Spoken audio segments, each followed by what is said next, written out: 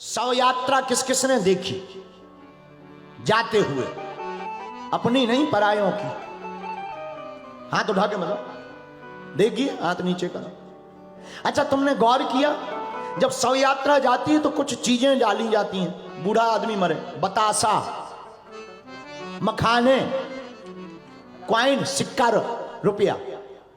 अच्छा बताओ क्यों डाले जाते? बताओ बताओ। है निकाल दे 3200। चलो हम बताते हैं।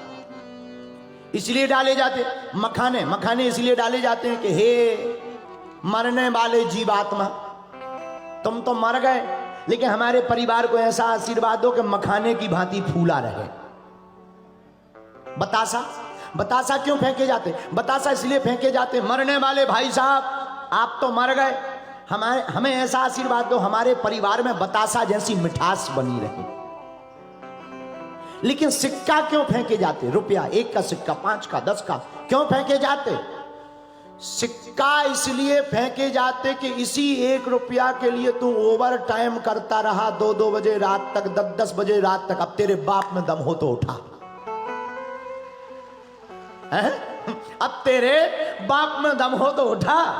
अब वो आदमी पड़ा है ऐसा, चित्त पड़ा, पैसा ऊपर डला। यहां बैठे जितने लोग हैं इनका 10 का सिक्का गिर जाए, पीछे से कहा 10 का गिर गया, 10 का कहां गिरे भैया, देखियो, भैया उठियो उठियो।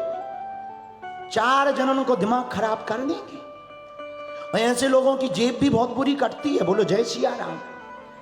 हमारा चेला अहमदाबाद में रहने वाला चंगीलाल, चंगीलाल महाकंजूस आदमी, एक बार आया हमारी कथा में, सत्यनारायण में, सत्यनारायण की कथा में आया। सत्यनारायण की कथा में इसने, अच्छा देखो, हम लोग इतने चतुर लोग हैं, जो नोट कहीं नहीं चलते वो पूजा में चलते। हाँ, हम तो उसके लेने वाले हैं ही हैं, तो हमें पता ही है। ऐसे ऐसे नोट आते हैं कि 20 में 10 का चिपका, 50 के नोट में घूंट लगो 10 रुपया को।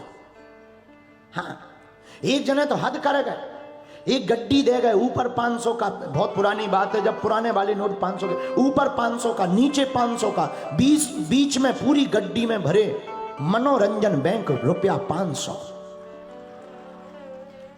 हमने कहा जय हो। तो चंगीलाल सत्यनारायण की कथा में गया, जाकर के बैठ गया, और जैसे ही बैठा आरती आई, आरती लेने के लिए सिक्का डालती है, उसने जेब में हाथ डाला, 5 का नोट निकाला, वो भी फटा हुआ, डाला। पीछे से एक माता जी ने हाथ दिया, ये लो, ये लो, 2000 का नोट। उसने देखा 2000 का नोट, देखा, आरती में डाला, बड़ी श्रद्धा से माता जी की तरफ देखने लगा। बड़ी भक्तनी है, 2000 रुपया चढ़ा रही है, हम तो 5 रुपया में ही 3 बार प्रसाद ले रहे। बड़ी भक्तनी है। आरती हो गई, सत्यनारायण हो गई, भंडारा हो गया। जब बाहर निकलने लगी तो चंगीलाल हाथ जोड़कर माता जी की तरफ बोला, माता जी आप रहती कहाँ हैं, इतनी श्रद्धावान, आरती में 2000 रुपया चढ़ा दिए। अरे बोली, ठटली के बरे, हमने चढ़ाए नहीं, तुम्हारी जेब से गिर गए थे, हमने दिए हैं। खैर उस दिन के बाद चंगीलाल कभी सत्यनारायण में नहीं आया, क्योंकि अहमदाबाद का आदमी था।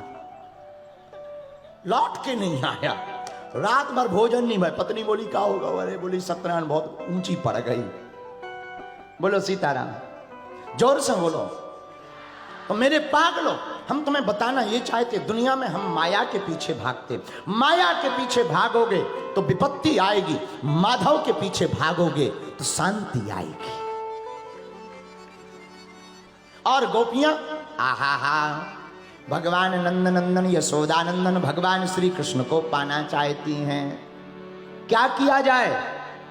तो गोपियों ने यमुना जी की रेती पर माता कात्यायनी को बनाया, पंचोपचार से पूजन किया, व्रत किया, माता कात्यायनी का ध्यान किया, और उस अनुष्ठान के कारण गोपियों को भगवान श्री कृष्ण सर्वेश्वर परमेश्वर के रूप में प्राप्त हुए हैं।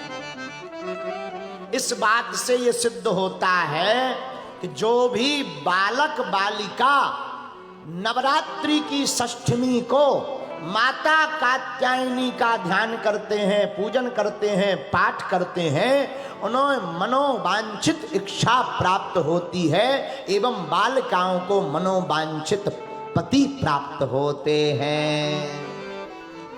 यह माता कात्यायनी की पूजा का लाभ है। बोलो श्री राम जय राम जय जय राम। सुंदर सहज सुशील सयानी नाम उमा अंबिका सुंदर सहज सुशील सयानी नाम उमा अंबिका भवानी। श्री राम जय राम जय जय राम श्री राम जय राम जय जय राम। गाइए श्री राम जय राम जय जय राम। श्री राम जय राम जय जय राम। सुंदर सहज देवी पूजे पद कमल तुम्हारे। देवी पूजे कमल तुम्हारे। देवी पूजे पद कमल तुम्हारे। देवी पूजे पद कमल तुम्हारे। सुर नर मुनि सब मोहि सुखारे। सुर नर जय राम जय जय राम। श्री राम जय राम जय जय राम। श्री राम जय राम जय जय राम। श्री राम जय राम जय जय राम। श्री राम जय राम जय जय राम।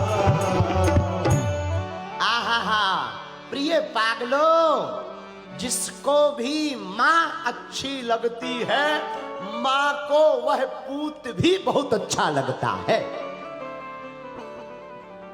आहा और माँ का बड़ा प्रभाव है बालक के जीवन में। माई बाप माँ जैसा गुण सिखाएंगी बेटा वैसा ही बनेगा। इसलिए जितनी माताएं बैठी हमारी प्रार्थना है अपने लिए बढ़िया ना चलो पर बेटा बेटी के लिए तो बढ़िया चलना चाहिए कि नहीं। अब देखो बोलना नहीं चाहिए, I am very very sorry. हमारा एक चेला है हैदराबाद में रेड्डी, अभी भी है। आज से 6-7 साल पहले उसके लड़के का विवाह हुआ, उसने हमें बुलाया, गुरुजी आप आशीर्वाद देने आइए। हमने कहा हम तो फ्री है, आते हैं। आशीर्वाद देने के लिए हम उसके घर पर गए। बड़ा फंक्शन, बड़ी शादी, अमीर आदमी, बढ़िया स्वागत किया उसने, आरती की, हमारी पूजन किया, बैठाया, कमरा दिया, ऊपर कमरा, बैठे हम। बेटा बहू दोनों आए, शादी हो चुकी थी। 4-5 दिन बाद हम पहुंचे। और तुम्हें पता ही है अपन लेट है ही हैं। 4-5 दिन बाद शादी हो गई, रिसेप्शन होगा, इसके बाद फिर अपन पहुंचे। मैं टेंट भी खुल गया। 5 दिन बाद अपन पहुंचे, बेटा बहू प्रणाम करने आए। गुरुजी प्रणाम, कल्याण हो, आशीर्वाद, गृहस्थ जीवन तुम्हारा मंगलमय हो। बेटा बहू दोनों कुछ देर बैठे रहे। जब वो चले गए तो हमने उस बालक के पिता रेड्डी जी को बुलाया। हम कहा इधर आइए, you come here my dear. गुरुजी आज्ञा करो। हम कहा बेटा शादी तुम्हारे बच्चे की गलत हो गई। बोला क्यों? हमने कहा बुरा बताएंगे तो तुम्हें बुरा लगेगा। बोले नहीं गुरुजी आप बताओ, हमें कोई बुरा नहीं लगेगा। हम कहा देखो हमारे पास तो हनुमान जी की कृपा है और हम बिल्कुल फैक्ट सहित कह सकते हैं तुम्हारी बहू पीती है, पीती है। जवाब सुन के हम बेहोश हो गए। बोला गुरुजी पीने के कारण ही तो शादी भाई। हमने कहा जय बजरंग बली। एक चेला तिवारी जी साथ में रहते, हम की उठा बैग, उठा। बोली क्यों? अरे हमने विचार किया बैठे बैठे 5 मिनट तो हम आंखें बंद करके, हमारा तो दिमाग खराब हो गया। पहली बार फंसे थे हम, पसीना मार गया शरीर कि गलत जगह फंस गए। गुरु भाग लो। हमने विचार किया जब बहू पीती है, आज बहू है कल मां बनेगी, बच्चे होंगे, और जब बच्चे होंगे तो बच्चे रोएंगे भी रोएंगे तो ये मोंगाएगी थोड़ी, 2 ढक्कन ले और सो जा। बोलो जय सिया राम।